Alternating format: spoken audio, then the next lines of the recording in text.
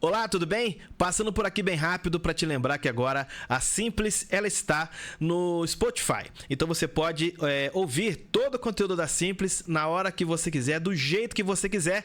Mas faz o seguinte, segue a gente e compartilha essa novidade aí. Outra coisa é lembrar que esse podcast, o Simplecast, tem o apoio da Igreja Batista em Renovação Espiritual.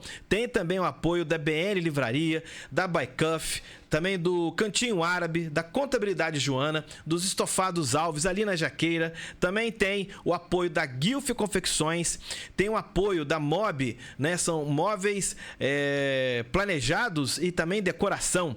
Tem a Movimente Academia Gustavo Luiz Treina e também a Panificadora Porto Novo. Tá ok? Então, vamos pro corte. São 21 anos. 21 hoje. Literalmente. Cravadíssimo. 10 de maio de 2024. O que você tira dessa história toda, desses 21 anos de Não vou tirar nada, eu não posso tirar nada. Qual foi a experiência que você teve? Se eu tirar alguma coisa, rapaz, eu vou perder, entende? Eu vou perder.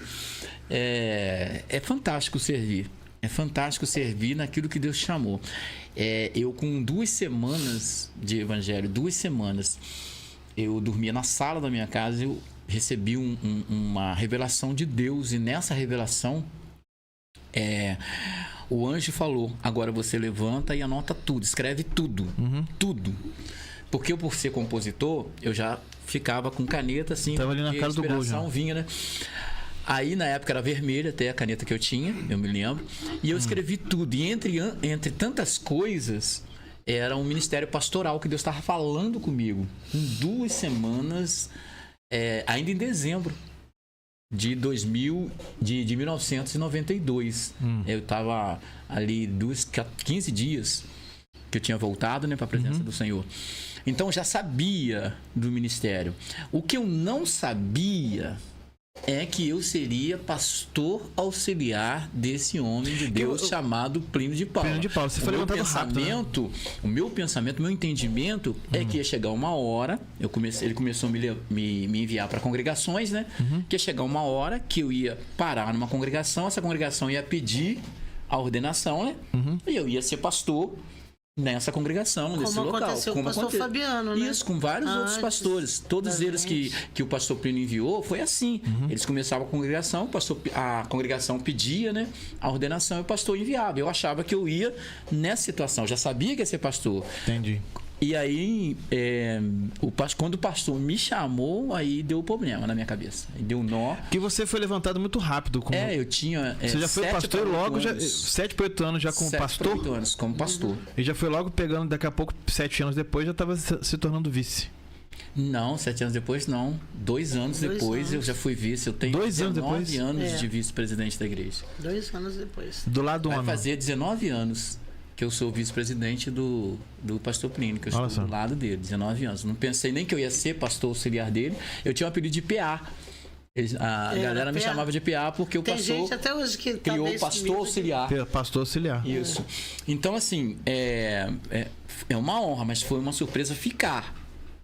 Quando as profecias que eu sempre recebi profecia, não teve um lugar que eu não cheguei pela primeira vez que eu não recebi uma profecia de que eu seria missionário e que eu ia pisar em solo estrangeiro.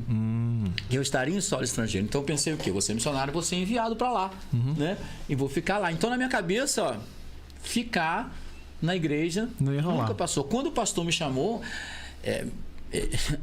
ninguém sabe disso, mas eu não aceitei. Disse não. Eu disse não. E não foi 1, 2 vezes. Eu disse não várias vezes. Eu apresentei vários argumentos pro pastor, né? Antes de... Pra você ter uma ideia, Barão. Eu falei, pastor, olha, são 16 qualidades que estão aqui na Bíblia a respeito do pastorado. Eu não tenho 8, não tenho a metade. Eu não tenho a metade dessas qualidades para poder estar ali. Eu não me considero. Eu falei, tem mais, pastor. Vou fazer 8 anos, 7 para 8 anos. Existem outros nomes aqui, muitas outras pessoas que dão aula para mim, que eu vejo competência, que eu vejo qualidade. Eu não consigo entender. Não é esse o meu propósito. Eu falava, o senhor sabe que não é isso? O meu propósito é missões, e meu propósito é ir para um campo. Sempre conversando com ele abertamente. Sempre fui aberto com o pastor. Com todo respeito, né? Aqui eu estou falando um pouco mais à vontade, mas sempre com respeito. Sempre respeitei ele. E aí eu discuti com ele um pouquinho. Eu falei assim, poxa, pastor, não tem condições. Eu não tenho condições. Eu não tenho essa santidade, essa santificação para isso. Eu não tenho santificação para isso. Eu ser pastor auxiliar do Senhor... Não tem condições, a história do senhor... Assim, eu pensei assim, raso, né? Poxa, o cara vem de uma vida promíscua, todo torto, e ainda no reflexo, sabe? Lembra o que aconteceu com Saulo, né? Que o pessoal tinha medo dele por causa da história. E eu ainda dentro da igreja, vivendo esse reflexo, porque muitas pessoas não chegavam a aproximar, não deixava vir adolescente, não deixava vir criança por causa do meu passado, por causa do meu histórico, né? Com medo de repente, né, acontecer, de eu não estar liberto, né? Você me entende? Então tudo isso eu achava que contribuía para não ser. Então houve um debate muito acirrado, até que o pastor falou comigo, falou, vou fazer o seguinte, vamos deixar para lá, por enquanto, eu só estou te falando o que eu estou sentindo, né? O desejo de fazer, e se eu confirmar esse desejo, se Deus confirmar no meu coração, eu te aviso antes, eu te falo antes. Então eu não falei com ninguém. Não falei com ninguém, fiquei quietinho no meu canto, né? Nem a Mara, nem para minha esposa eu falei. Né? Na época, quando ele me chamou, eu guardei aquilo que eu falei, gente, a coisa da cabeça dele vai passar, né? Aí um dia numa reunião, eu era secretário, né? Numa reunião, nós estamos numa reunião normal, fui para reunião para secretariar a igreja. Aí depois que apresentaram todos os assuntos, aí o pastor falou, olha, tem um assunto aqui, eu gostaria de apresentar para a igreja hoje. Eu estou sentindo desejo eu estou sentindo que eu estou precisando de um pastor auxiliar, de alguém do meu lado para poder trabalhar isso na reunião. Aí quando ele começou a falar, eu já escolhi. Aí eu falei assim, que bom, porque ele falou comigo. Ele não falou mais ele nada. ele falou comigo. Se realmente Deus confirmasse que era você, eu ia te avisar antes da reunião. Como ele estava conversando ali, eu falei, não é eu. Ele escolheu outro, né? Eu pensei, né? Aí ele falou assim, e eu já escolhi. Eu espero que vocês entendam. Eu gostaria que vocês analisassem o evangelista, que é o nosso secretário, que é o Marcelo. Eu tenho interesse que ele seja pastor auxiliar e eu gostaria que vocês analisassem. Aí teve... Você quase desmaiou. Não, eu baixei a cabeça porque ele fez assim, ó. Ó, acabou. Calado. Você vai mexer? Nada. Você vai mexer, não tem condições. Um abraço aí pra Sofrinha. Mas eu tô contando, Gustavo, por quê? Eu também tenho uma história e as pessoas não sabem. As pessoas pensam que às vezes eu fiz pressão, eu fiz, né, alguma coisa por eu estar do lado dele. Não, em nenhum momento. Aliás, as duas únicas funções que eu quis ter na igreja, que eu pedi, eu não tive. Ele não me deu, ele não deixou.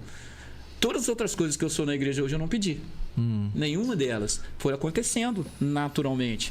E, inclusive do pastorado. Aí naquele dia o pessoal discutiu, falou-se tudo, prós, falaram bem, falaram mal, criticaram, falaram assim, assado, porque ninguém é perfeito, bem conhece.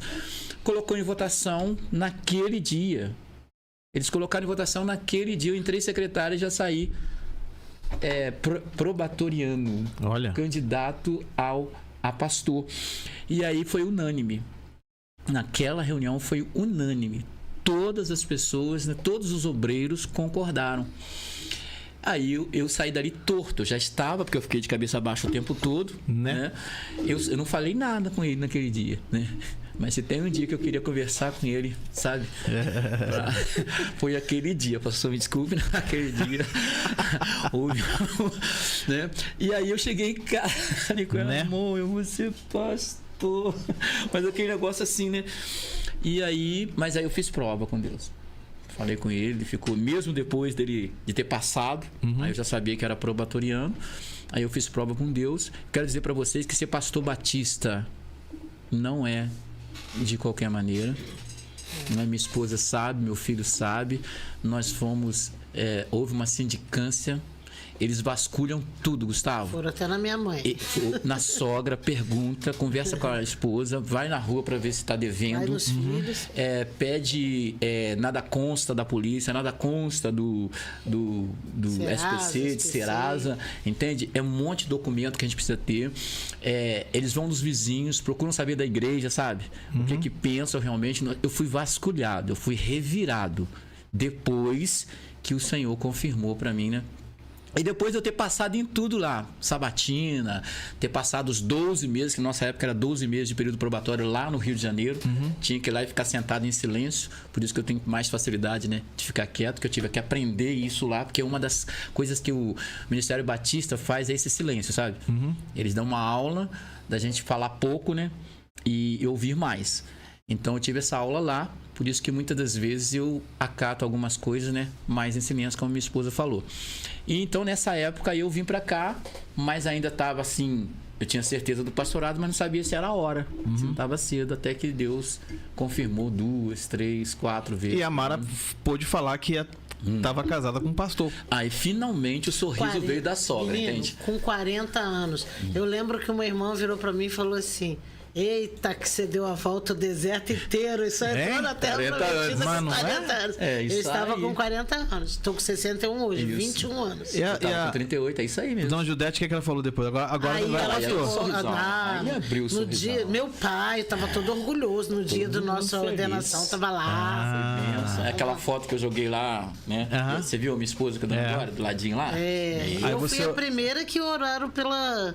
Foi a primeira vez que orou, a consagrando esposa também do a pastor esposa, foi a também. primeira vez. Não tinha. Aí vocês dois olharam lá para seu pai, para sua mãe e falaram, Não ouvi isso. Porque assim, tudo pra meu mim, pai, ô Barão, ele já tava tudo pra aceitando mim, bem. eu compreendo muito as reações das pessoas, analiso as pessoas, até as que me criticam, as pessoas que falam mal de mim, e a maioria delas eu conheço, eu sei, né? Às vezes não sabe que eu sei, mas eu penso assim, eu às vezes posso estar dando motivo, meu jeito. Olha só, o perfil de pastor que a igreja tinha, não era o... não, era o pastor Plínio.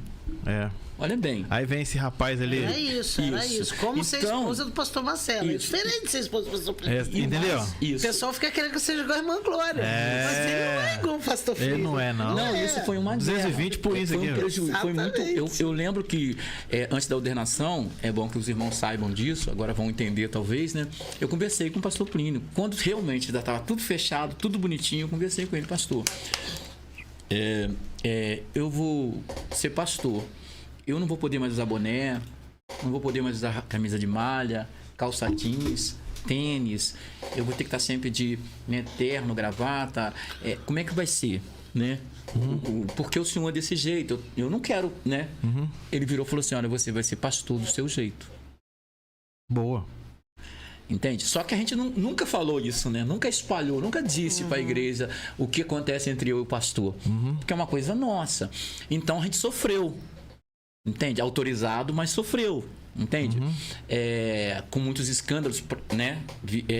Que as pessoas pensavam que era escândalo, mas sofreu.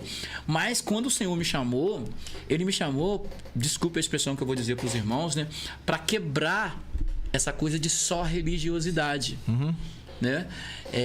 E aí, Viu aí, Priscila? Conversei sobre isso com você hoje. Não que religiosidade é um pecado, mas quando não nasce de novo, quando isso vira prioridade, quando isso vira só uma aparência. Então Deus não quer que a gente aparente religiosidade. Ele quer que a gente seja religioso, verdadeiro, que a pessoa olhe pra gente, é aquilo ali mesmo. É aquilo ali mesmo. Não é uma fachada, não é uma máscara. Então, quando o Senhor me dá o discipulado, que a gente me dá para fazer, o discipulado fez essa mudança total e começou comigo no meu coração, porque a ideia que eu tinha de igreja era só religiosidade. E ele que me quebrou primeiro. Então, voltando, o pastor Plínio, quando me liberou, eu passei a viver debaixo daquela autorização que ele teve, que ele passou para mim. E aí eu me lembro assim que muitas das vezes eu sofria, e aí eu entendi, eu falei, poxa, o pessoal tá olhando para mim e olhando para ele. Aí faz uma comparação, não vai nunca aceitar eu como pastor, nunca vão me entender com a visão de pastor, né? Por conta dele. Como eu nunca me preocupei com isso, tô sendo muito franco, né? O título, né, não me fez. Todo mundo sabe que o que eu faço hoje eu fazia antes de ser pastor e fazia com a mesma vontade, com o mesmo empenho. Eu não mudei nesse aspecto. O título só veio porque o pastor precisava de alguém que estivesse ao lado dele com o título de pastor para apacentar. Eu entendi isso claramente.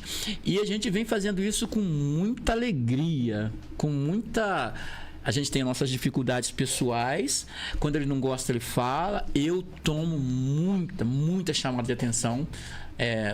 As pessoas veem a gente lá no altar, né, se dando bem, a gente rindo, mas eu sou muito repreendido, né? E eu chego para ele de tempo em tempo e falo: pastor, o que o senhor quer que eu mude? Tem alguma coisa que o senhor não está gostando, né? Assim como tem bastante tempo que eu não faço isso, mas a gente fazia, né? Isso. Eu chegava para ele: amor, tem alguma coisa que não está legal, que não está batendo, que não está funcionando? Porque eu sou muito disso.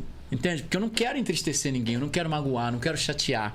Entende? Se alguma pessoa, inclusive aproveitando, se sentiu ofendido por alguma coisa, pode chegar em mim. Se tá me achando mais marrento, mais, né, invocado, como muita gente pensa, que tá se achando ou tá querendo aparecer, nunca aconteceu isso. Eu sempre quis mesmo ser voluntário para tudo. O que as pessoas pensam que é X, na verdade é V. É voluntário. Eu quero ajudar as pessoas. Pastor é servo, né? Isso. E o pastor Plínio não ensinou isso. É o servo dos servos dos servos. Então, assim, é um prazer ser pastor. É uma alegria ser pastor. Mas não é fácil, entende? É uma alegria, é uma bênção, sabe? É uma honra. É uma honra, é um privilégio você fazer parte da transformação, das mudanças, das bênçãos, sabe? Você ter pessoas que te procuram, te ligam, confiam em você, sabe? Você despertar interesse em Deus nas pessoas, você ser alguém que é referência, isso é uma maravilha, sabe? As outras coisas Deus já tinha falado, que são as dores do chamado. Isso Deus já tinha falado. Ele só não falou, né, a parte boa, que é essa alegria que a gente tem, essa felicidade que a gente tem, né, de servir, de ajudar. É cansativo às vezes, né, a gente se envolve. O problema é envolver com a situação. E eu aprendi com o pastor também, né, que o problema não é nosso, é de Deus sempre. Então, quando a coisa está atormentando, eu lembro do que ele fala, né? Passa o problema para Deus. Que ele fala assim: eu tenho um monte de problema, pastor Pino. Eu tenho um monte de problema, mas também não tenho nenhum. É tudo para Deus. Exatamente, né? Eu aprendi a passar, assim como eu passo a honra, eu também passo todo tipo de sofrimento que me causam, eu passo para ele também. Não que eu passo com alegria. Porque se eu não passar, né, eu vou ficar com isso. Aí eu vou ter ressentimento, vou ter mágoa, vou guardar, não vou perdoar com facilidade. Então, assim, eu tenho facilidade de me dar bem com todo mundo. E olha que eu fui muito traído, sabe? Muito passado para trás, muito ludibriado. Mas isso tudo faz parte do chamado. Quando a minha humilhação for maior que a de Cristo, aí eu faço alguma reivindicação. Quando a minha humilhação, quando a dor que eu passar, o sofrimento que eu passar, né, for maior do que ele passou, aí eu vou pensar, né, em pular fora, em correr, em afastar, em fugir, em abandonar, em fazer alguma reclamação. Não cheguei nem ao perto, eu acho que nem um terço, nem um quarto, nem um quinto, nem um décimo do que Jesus realmente passou como pastor, né, o pastor de todas as ovelhas. Aí tô falando aqui, ó, tem 21 anos de ministério, tem discipulado, que aí coloca até mais de 21 anos. Eu dirigi 5 congregações. 5 congregações, algumas delas eu te acompanhei ali pro lado do Sítio Branco. Oh, meu Deus. São domingos. E todas elas estão, de certa forma, de pé, porque a da Praça da Bandeira era do Morro São Sebastião ali, né? É ali do... Aí depois tem as campanhas no Monte, tem a Manobra Radical. A Manobra Radical surgiu quando? Ih, rapaz, deve ter uns 12 anos. Então, 12 anos. 12 anos, mais ou menos. E, nesse episódio, desses 21 anos, você ficou 2 anos presidente da igreja, na época do Covid. Não, é isso que eu ia falar. Foi bom você ter tocado nesse assunto. Eu quero lembrar uma coisa muito forte aqui para vocês que tensionam, né, o episcopado, tem interesse, né, do 2 Timóteo. Pastor. Olha só. É muito fácil ser vice-presidente do pastor Plínio. É muito fácil. Por quê? Deixa eu dizer o que está escrito no estatuto. No estatuto da nossa igreja, o vice-presidente só é substituto do presidente. A única coisa que está lá como definição do vice-presidente no nosso estatuto é substituto do presidente nos seus impedimentos. E o pastor Plínio nunca levantaram a bandeira de impedimento para ele. O pastor Plínio não falta culto. O pastor Plínio fica doente, mas vai na igreja. Então, nem doença segura ele. Então, eu não tive responsabilidade em tempo algum. É muito fácil ficar na sombra dele, sabe? Muito fácil. E durante todo esse tempo eu fiquei na sombra. Eu fui abençoado, eu tive nome. Não que eu fiz isso de propósito, isso aconteceu. Eu estava descobrindo isso há pouco tempo. Falei, cara, meu Deus, caramba, o pastor Plínio praticamente fez assim, né? Uma cobertura o tempo todo. Se eu tenho um pouquinho de fama, é por causa da fama dele. É lógico que Deus fez o sobrenatural na minha vida usando a vida dele. Mas é realmente isso. Então, ser vice dele é fácil porque ele não falta culto. Um homem não falta reunião, ele nunca faltou nada, nem doente, sabe? O homem não gosta de viajar porque ele é um pastor, né? De todo domingo está no templo. Pastor Plínio é pastor de todo domingo está no templo. Ele disse, eu aprendi com ele, né? Que o olho do dono é que engorda o gado. Eu lembro que eu tava magrinho, né? Fui lá pra porta da casa dele e falei, pastor, dá uma olhadinha pra mim. Né? Vai vendo. Dá um engordado. Então, assim, ser vice-presidente dele é muito fácil por conta da fama dele, da história dele, sabe? É muito fácil. Agora, eu descobri que ser ele não dá. Foi aí que eu tive praticamente a certeza de que não teria condições de eu continuar essa pegada dele. Foi exatamente os quase 2 anos que por conta da pandemia, né, ele, né, entregou, deixou a igreja comigo esse tempo, não podia sair. Então, assumi a presidência, né, nesse tempo. Interinamente. Ao final, eu já estava fazendo a contagem regressiva para ele chegar. Esse homem está lá, 51 anos, não tira férias. E eu, assim, agora estou tirando, né? Tem algumas férias.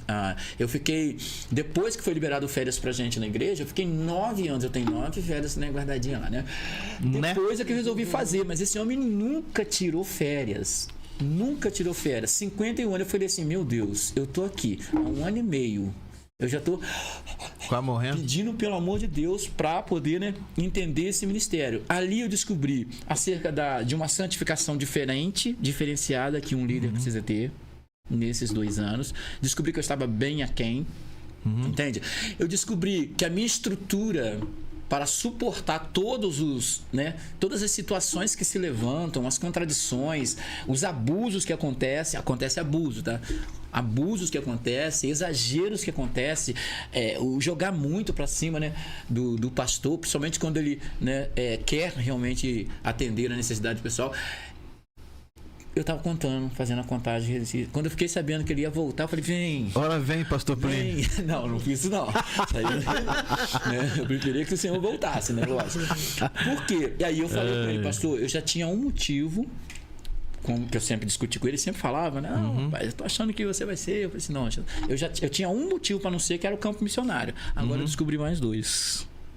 Eu descobri que eu não tenho uma santificação, né, suficiente. Eu me separo, eu me esforço, eu me entrego, eu sou uma pessoa dedicada, uma pessoa longe de escândalos, né, que evita criar problemas, mas erro, falho, mas eu percebi naquele período que eu não tinha a minha santificação estava muito aquém. Eu falei isso para ele.